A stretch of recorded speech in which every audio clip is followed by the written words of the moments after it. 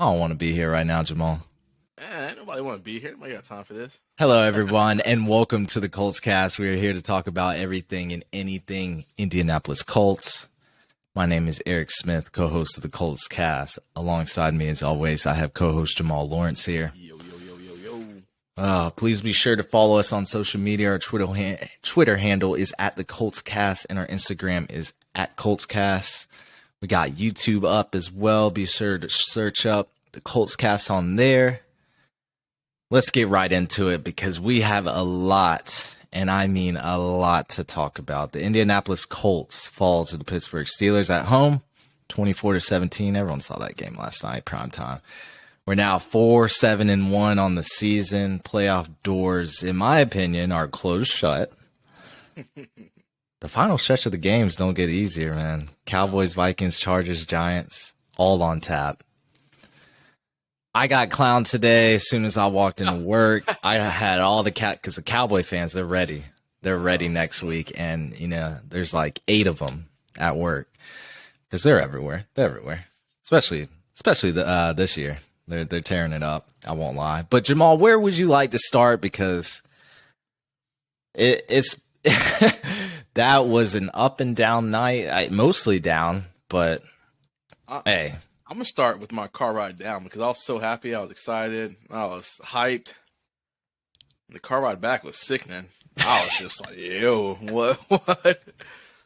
Got no sleep last night. Left the stadium. I don't know. It's probably like 11:30-ish, 11:45. I don't know. Got back home past midnight and then it's just drowsed, man. No sleep before work today. All because Indianapolis Colts did what they do best. What's that, you ask? They found a way to lose. It's unbelievable. Unbelievable. It was straight comedy at times. It was like a sitcom, man. Like, I heard the little drums and things in the background while all those fumbles and stuff were happening. Boy. It was crazy.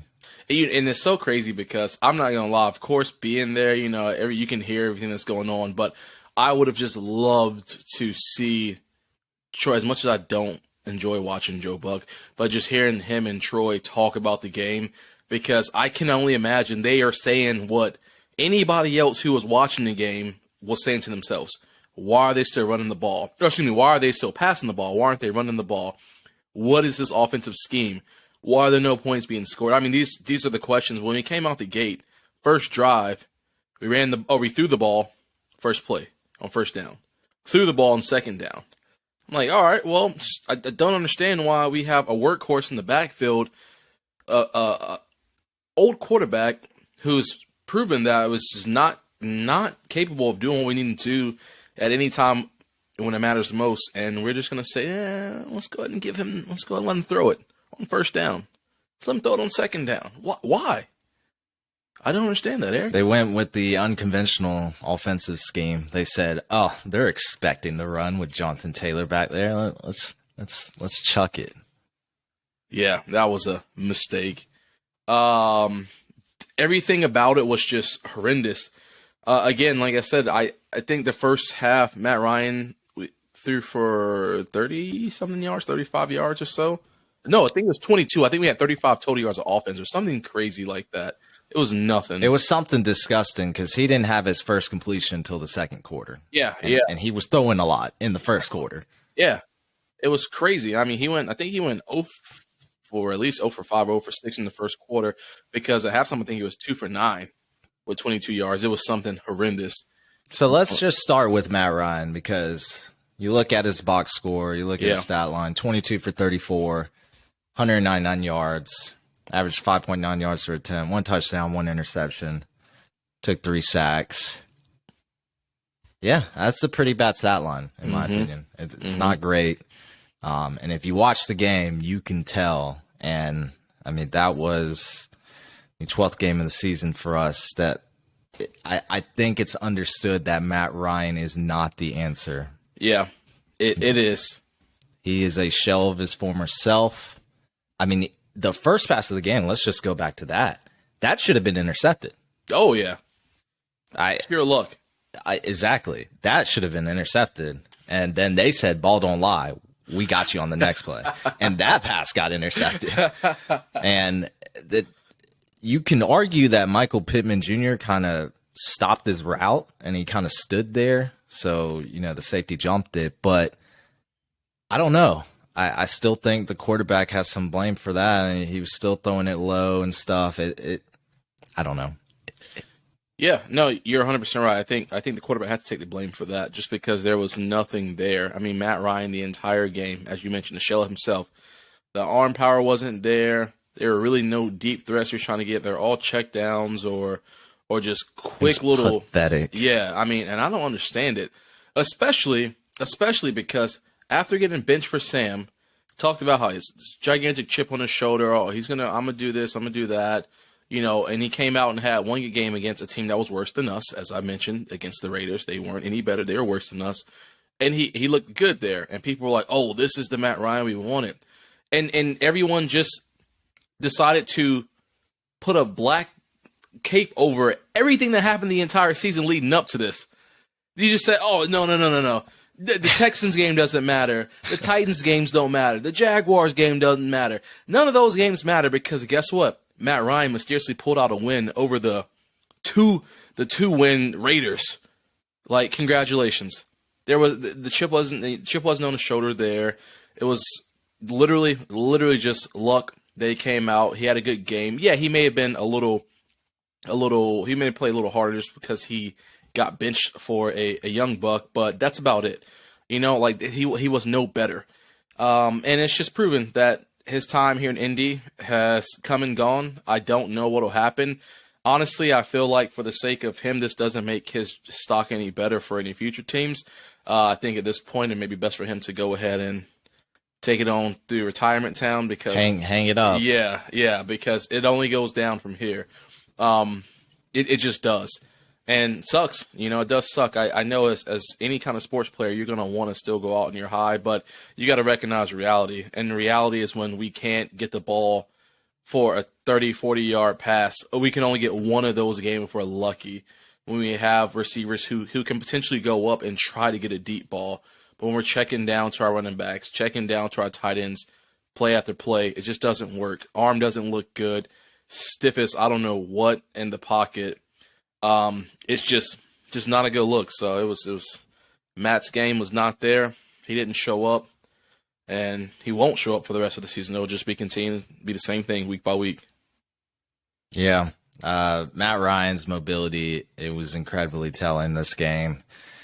There were times where he could have avoided sacks. There were times where, he could have thrown the ball out. His decision making is not there anymore. I don't know what happened, but this game, it finally opened my eyes. I don't think Matt Ryan can be trusted under center anymore to at least take us to where we want to be. We want to be a contender. We thought we were going to be contenders. Some even said Super Bowl contenders with Matt Ryan. That is not the case. And I think there was one good play Matt Ryan had. I believe it was on a 3rd or 4th down where he jumped the pile, but he was trying to get them to jump off sides. And I'm surprised that offensive line didn't flinch at all. And I thought that was really good. But other than that, there wasn't much to like. Like you said, a bunch of checkdowns, a bunch of underneath passes. So I started thinking to myself, I said, Eric, is this the play calling? Are we just being too conservative there? But no, I found that out in the 4th quarter. I mean, I don't think I can blame Parks Frazier. We were just, Matt Ryan was just targeting these receivers, going 5 yards in the flat or 5 yards on a dig, something. It just, he didn't want to push it downfield. I don't think he can push it downfield effectively anymore. And it sucks. It really does. But look, I think this is finally Chris Ballard's awakening that, look, we can't put a bandage on a quarterback anymore. And honestly, he shouldn't be here by the end of the season, in my opinion. He crafted this failure. He doesn't deserve to be there in April when we draft whoever we draft. That's my opinion. But yeah, Matt Ryan is not the answer. You already know I fully support your opinion in that he should not be here. Blow it all Any up. of that. Yeah, he did. He did. And like I said, any good GM at some point comes out and says, they'll speak about something. Only time we've heard Ballard talk this season, besides preseason, but during season, the only time we heard him speak was when Jeff Saturday got introduced, and he had a little hissy fit up there, how he said we were giving him shit about XYZ. Like, what are you doing? Yeah.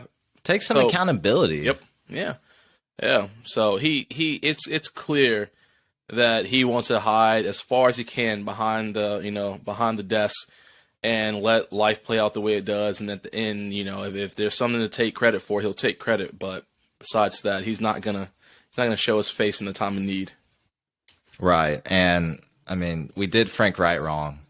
I still think that. But if he's gone, like you said, they go together. I mean, they have to. Let's blow it all up. Let's restart. Let's start fresh, because there is nothing to like about this offense right now. I guess Jonathan Taylor would be a bright side, but his fumbling issues have returned from college. What is going on? Exactly like you said, his return from college. I mean, we saw it happen. And so many people were sleeping on him his rookie year. But his rookie year, they tried to get him out there on the field. Guess what? The fumbles continued. He got benched. Marlon Mack got in there. He ran the course. Then Marlon Mack got injured the second year, which kind of opened up the door for JT to start getting some of these carries, and he took over. This stuff, it's unfortunate, especially after watching last year where he was just so explosive. I think it's something where it kind of hit under the radar because he was just so elite. And I think he kind of got into a groove where he couldn't be touched. He turned into a superhero, and now he's come back down off that pedestal. We're dealing with injuries from the O-line. We're dealing with bad play. He dealt with injuries. These are all things that definitely play a huge role. Not getting the amount of carries you're used to, not getting the amount of snaps that the ball feel. I'm sure it's all different than what he had last year with the volume he was getting last year. So I don't know if that's a factor, or, I mean, is it just one of those things where it was just a complete luck year that his fumbling wasn't an issue, and now it's just going to become an issue again here moving forward, where it could be sporadic, it could be year by year, every other year.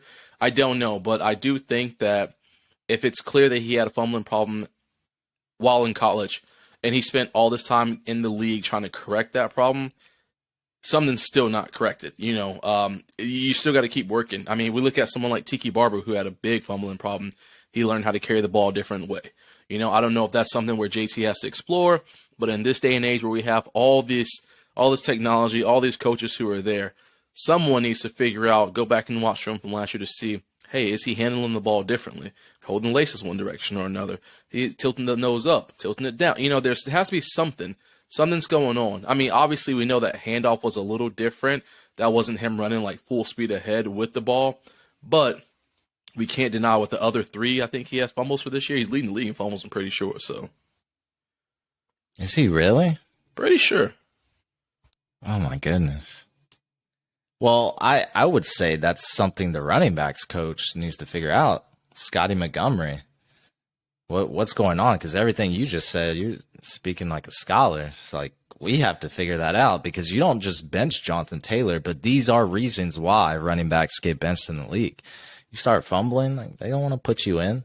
Giveaway is like one of the worst things you can do. So it sucks. I also thought it was weird that they pinned that fumble on Matt Ryan. I know it was a botched handoff, but it looked to me that Jonathan Taylor he was worried about getting through the middle. He didn't clamp the ball correctly. That's what I saw. But they still, credited Matt Ryan with the fumble. I think most people would say that Jonathan Taylor deserves that fumble, but hey, it is what it is. Yeah, it is. And sorry, before you go, I just want to correct myself, everybody out there.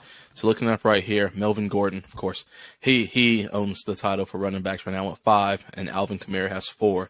JT would have had 4 had they credited him with that one, so still at 3 technically. But yeah, sorry. Still at 3, but 4 in Colts fans' minds. Yeah. But he had a okay day. I think besides that fumble, he's averaging about 4.3 yards per carry, had a touchdown, 86 yards. Really should have fed him more, I thought. He was effective on the ground.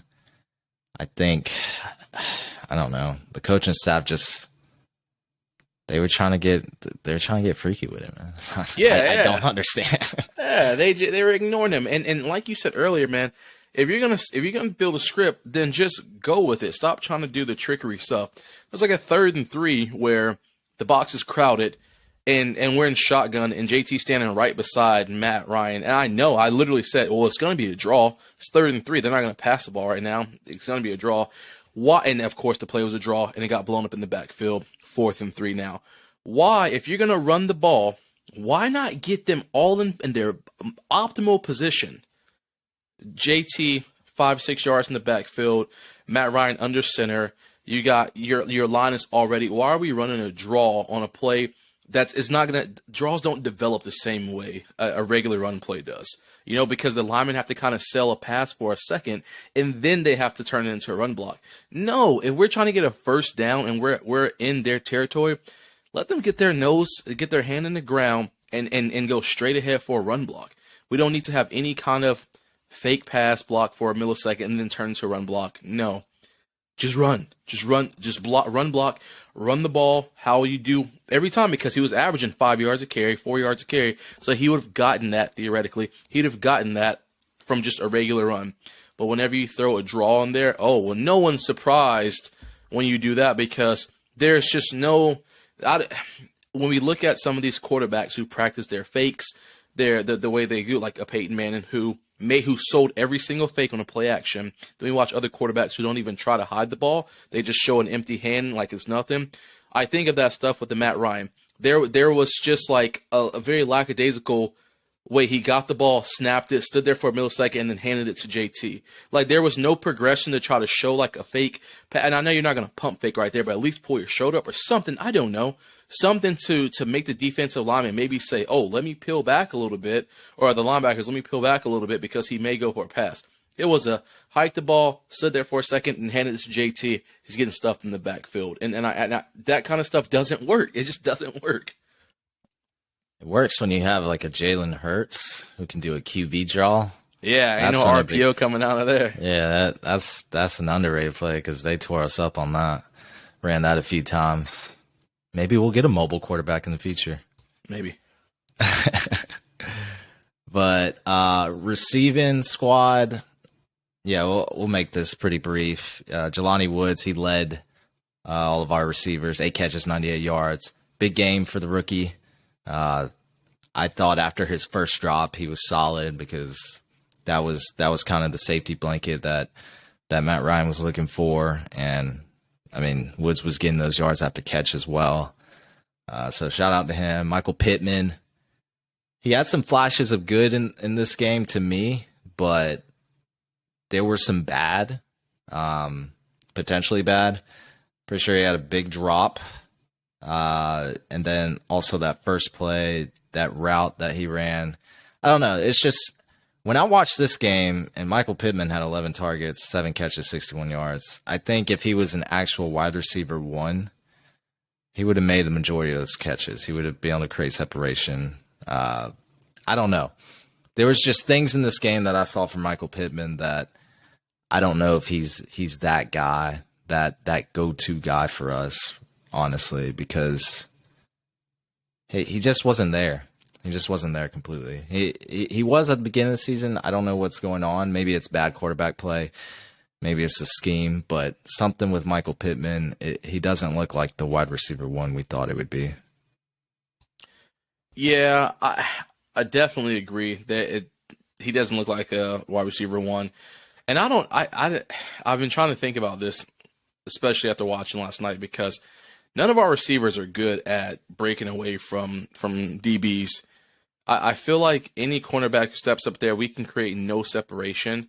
I don't know if our route running is just that bad, or like, not so much that like the play isn't designed well, but just don't have fancy footwork. I know everyone can't be a Diggs, everybody can't have top tier, footwork when it comes to running their routes. But at some point, there has to be some development, because I just feel like it's kind of backyardish football that our receivers run their routes with.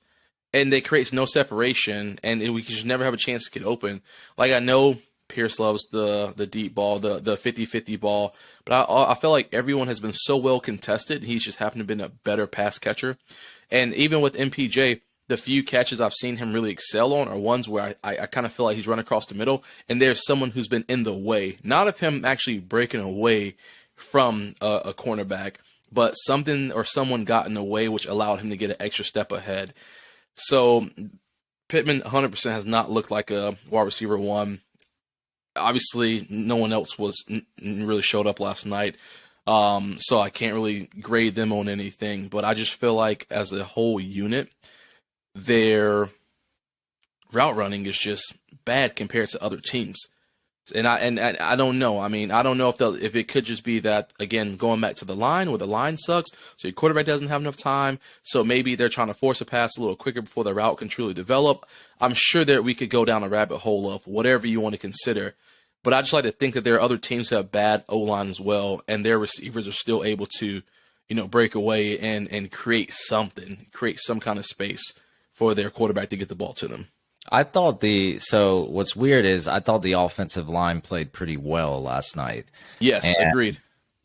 I think people were still trying to find somewhere to blame. Some people said offensive line, but like Bernard Raymond, he had a bounce back game. I thought he played pretty well. I mean, we had one penalty on the line, maybe on Braden Smith, Holden.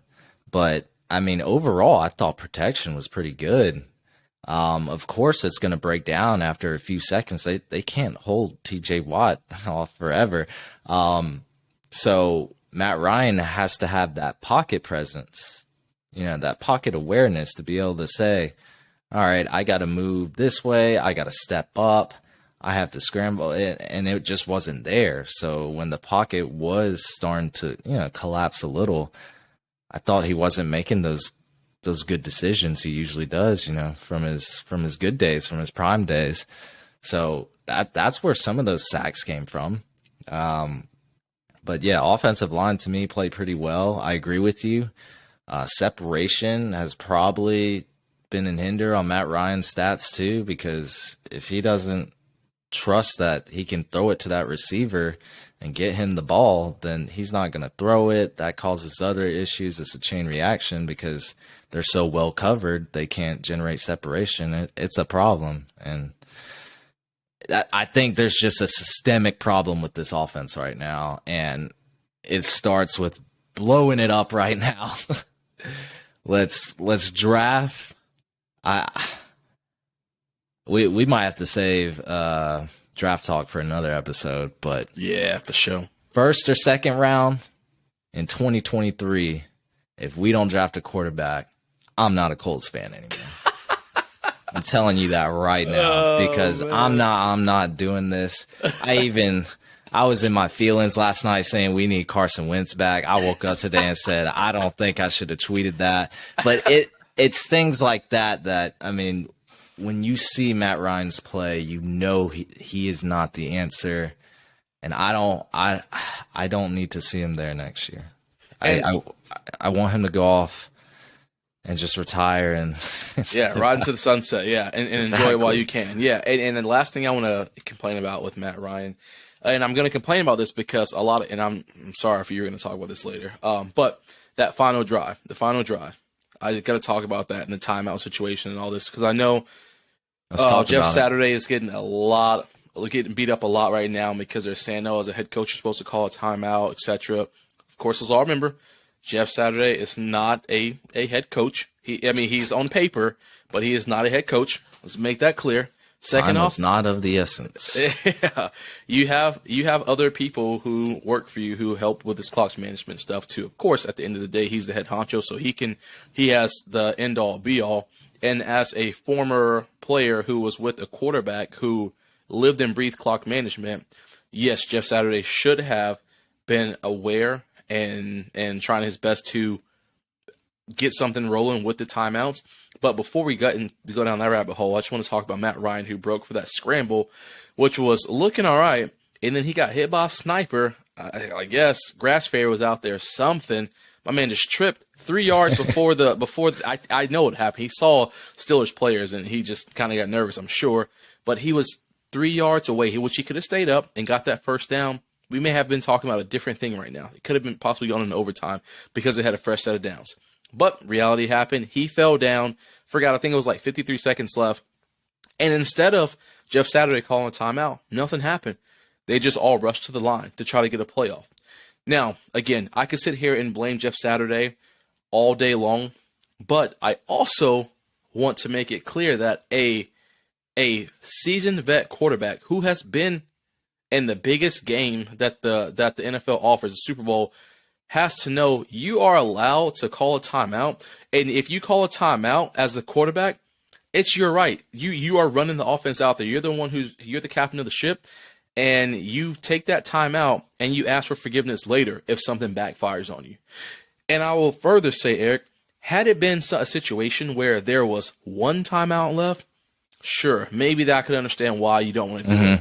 But there wasn't one. They had 3, there right? wasn't 2. There were 3 timeouts left. And I'm pretty sure this is not like vacation time work. It doesn't roll over to next year, right? It doesn't roll over to the next game. No. I don't think so. So what are you sitting here for? Yeah, someone should have called a timeout. Under a minute left. We have 3 timeouts. Someone, I mean, I don't care who it is. Yeah, any of the coaches. Y'all got to go up to that ref and exactly. Boom, boom, boom, T. Like, exactly. It's got to happen, and it didn't happen. And we drew up a play where we just run Jonathan Taylor up the middle on a 3rd and 3. Got busted up. Yeah. You know, I guess give it to your best player on offense, but I don't know. I think we could have designed a better play for that moment. Yeah. We could have taken some time, and man. It was the exact same situation as that 3rd and 3 running back draw that they did earlier during the game. The exact same situation, just on the opposite end of the field, where they got there, they just said, all right, here's the ball. Like, no, call a timeout, get a play going, get situated, and let's get it. But then we do that. And then on that 4th and 3, I mean, that was just a duck of a throw. Nothing was there. I don't know what. Yeah, that wasn't. I think I punched my couch over that play, but you can argue that Paris Campbell had a missed DPI, right? Because he got suplexed in the air. But I can also say that, I mean, why even throw that? Exactly. But no, yeah, we're on their 26-yard line. We have 3 timeouts. Time's just rolling. One of you guys got to call a timeout. That was horrible clock management, in my opinion. Yep. Let's talk about the defense, because I think the defense can't be blamed for, but it wasn't their best day. Right. Gave up a lot of yards on the ground. I think they had 172 yards rushing, almost averaged 5 yards per carry. I mean, they were doing this even after Najee Harris left. Like Benny Snell, I don't think he's even carried the ball all season. He was running all over us like he was Emmitt Smith. George Pickens is better than Alec Pierce. I'm just going to say that right now. He was making some incredible grabs. George Pickens is that guy. Wish we had him. Even Deontay Johnson was doing okay. I thought Kenny Pickett was everything opposite of what I said last episode. He played well. He played well enough to get his team a win on the road. I can't argue against that. They were better on 3rd downs. I mean, they were better everywhere. Giveaways department, we lead the NFL. We're tied with the Saints, but I think we have 21 giveaways. That's ridiculous. I mean, that's almost 2 a game. They dominated the time possession at one point, but yeah, Steelers just they played better. They ran the ball better. They're coached better. Our defense, that there were some good moments. I thought, like Kenny Moore was lighting it up. Nick Ngakoue. Yeah, he got 2 sacks back to back. That was incredible, because I'm pretty sure that took him out of field goal range. Brandon Faison still needs to get benched. Brandon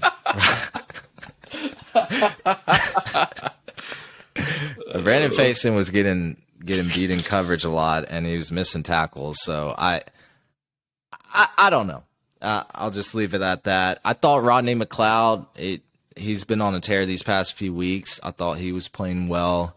He had a really good read on Kenny Pickett, made a tackle behind the line of scrimmage. Zaire Franklin, still a stud. Uh, this defense, especially in the first half, I mean, they were on the field so much. They were gassed. And I won't blame them for this game, but I know we're better against the run. We're way better than that. We don't allow 172 yards on the ground. And I think that's where we got beat.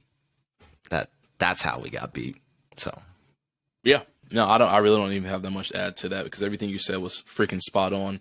But exactly like you said, I mean, when we look at the Steelers running back stats, everyone feasts. Everyone had, I mean, you had 172 yards amongst 6 people. Everyone got some cake. Like, it was just that easy. No matter who touched the ball, they were doing something with it, and that's crazy. And again, I will 100% say that I know that some of that has to do with our defense being gassed out there because, sweet Jesus, I mean, I don't even think that they had enough time to take off their helmets when they got off the field before they were back on the field. There's no way they could have been reviewing plays or watching anything on those tablets because legit they sat down and boom, right back on the field. 3 and out by our offense. Yeah. So it does suck, and it's hard whenever the momentum is against you. But again, we can't let them get a full cop out on that. But I definitely can't sit here and say that had they probably had an adequate rest, an adequate chance on the offense to do something, maybe we could have been talking about them having a total of 100 rushing yards, 110 versus that 172, which is ridiculous. But yeah, everything else, I'm 100% on board with what you said. Yeah, and I thought our defense, even after halftime, they seemed more refreshed because they were forcing 3 and outs on them like that whole third quarter. I thought because then our offense started to roll a little bit, and then you know what happened. Special teams, Isaiah Rodgers, he was getting some good kickoff returns, but then Dallas Flowers said, "Nah, hold my beer." Shot out like a cannon, returned to 89 yards right after halftime. That was the spark. That was the spark we needed because we went in that halftime and I had my clown outfit on and everything. So it was it was crazy. But I thought they did well. Chase McLaughlin, he did his thing. It's always been the offense. That was our question entering this season. It's going to be the question entering next season. And, I mean, that's where we're at. It might as well be tanking season, guys, because... Been tanking season. Look, the Cowboys, I mean... that pass rush, boy, is on another level. Yeah, man. They got Trayvon Diggs. I don't know what's gonna happen that game, and that's on the road. So I'm speechless right now. Seeing Tony Pollard in action plenty of times. Yeah, I don't know. They just busted the Vikings up 40-3. I mean, they busted them up. I don't know what they're gonna do to us. I don't know either. Oh, man. Yeah, it's scary. But, yeah, it's been tanking season. I said it's been tanking season since we tied with the Texans. That was writing on the wall for me. That told me everything I needed to know from game 1. None of y'all believe me, though. But it's all good. Unfortunately, it took to get to, I don't know, however many games we're at now, for people to finally be like, all right, maybe at this point we need to go. But it's hard. I know no one wants to truly be that negative. But you also have to remember that you have to be a realist here. Whenever we look at what's going on, it's all telling. If it were mistakes that happen once or happen one game, didn't happen again for 3 or 4 games, sure. But these aren't mistakes. These are trends. Every single thing that's happened has been a trend since week 1. Nothing has changed. Even the games we've won, those trends are still there. So you have to just accept that and understand that it just doesn't work that way. You just don't all of a sudden flip a switch and everything makes sense. Like, it doesn't work like that. So that's just my 2 cents on that. Yeah, I said there was hope last week. and there technically was, but I was assuming we were going to beat the Steelers at home. Now, that hope, I mean, I think it has been incinerated and it exploded into thin air. So, that's the Colts, everybody. It is. And honestly, and the reason why Colts fans are great fans is this, man, because I'll tell you this, Eric, even after all that crap was happening last night, there was faint boos, not a lot. But if this had been any other team, they would have booed them off the field.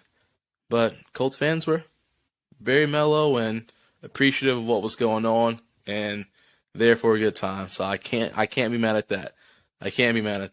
Of course, I want everyone to have that passion of, put up or get out, but I can't be mad at fans who aren't just crazy over one small thing happening and like losing your cool. So shout out to all the Colts fans. I hear you. Shout out Colts Nation.